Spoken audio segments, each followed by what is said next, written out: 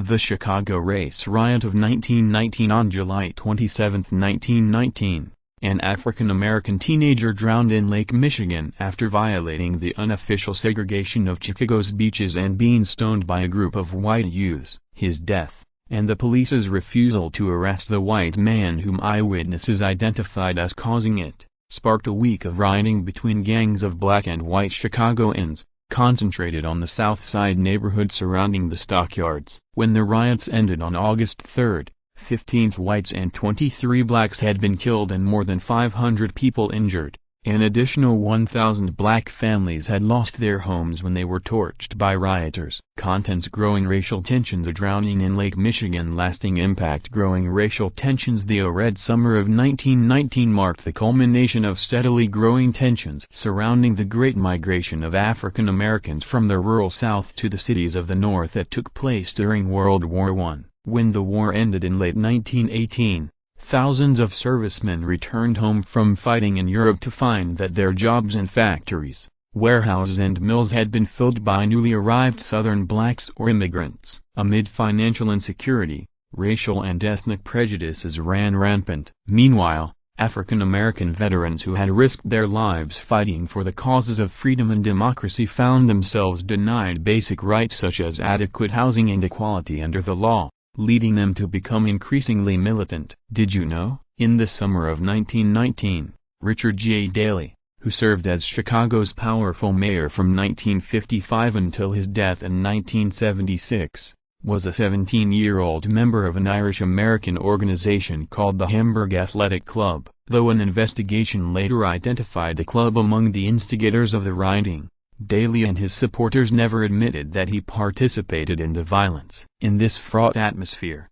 the white supremacist Ku Klux Klan organization revived its violent activities in the South, including 64 lynchings in 1918 and 83 in 1919. In the summer of 1919, race riots would break out in Washington, D.C., Knoxville, Tennessee, Longview, Texas, Phillips County, Arkansas, Omaha, Nebraska and most dramatically Chicago. The city's African-American population had increased from 44,000 in 1909 to more than 100,000 as of 1919. Competition for jobs in the city's stockyards was particularly intense, pitting African Americans against whites, both native-born and immigrants. Tensions ran highest on the city's south side, where the great majority of black residents lived, many of them in old, dilapidated housing and without adequate services. A drowning in Lake Michigan. On July 27, 1919,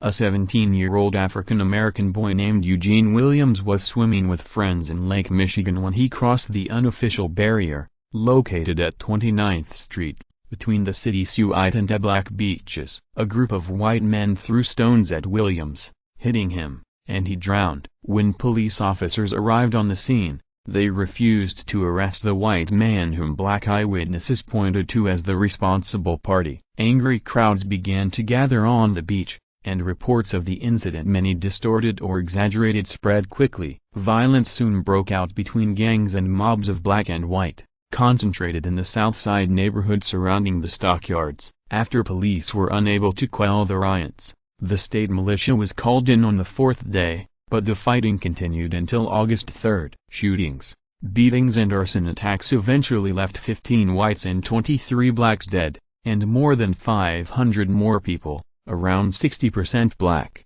injured. An additional 1,000 black families were left homeless after rioters torched their residences. Lasting impact. In the aftermath of the rioting, some suggested implementing zoning laws to formally segregate housing in Chicago, or restrictions preventing blacks from working alongside whites in the stockyards and other industries. Such measures were rejected by African American and liberal white voters. However, city officials instead organized the Chicago Commission on Race Relations to look into the root causes of the riots and find ways to combat them. The commission, which included 6 white men and 6 black, suggested several key issues including competition for jobs, inadequate housing options for blacks, inconsistent law enforcement and pervasive racial discrimination. But improvement in these areas would be slow in the years to come. President Woodrow Wilson publicly blamed whites for being the instigators of race-related riots in both Chicago and Washington,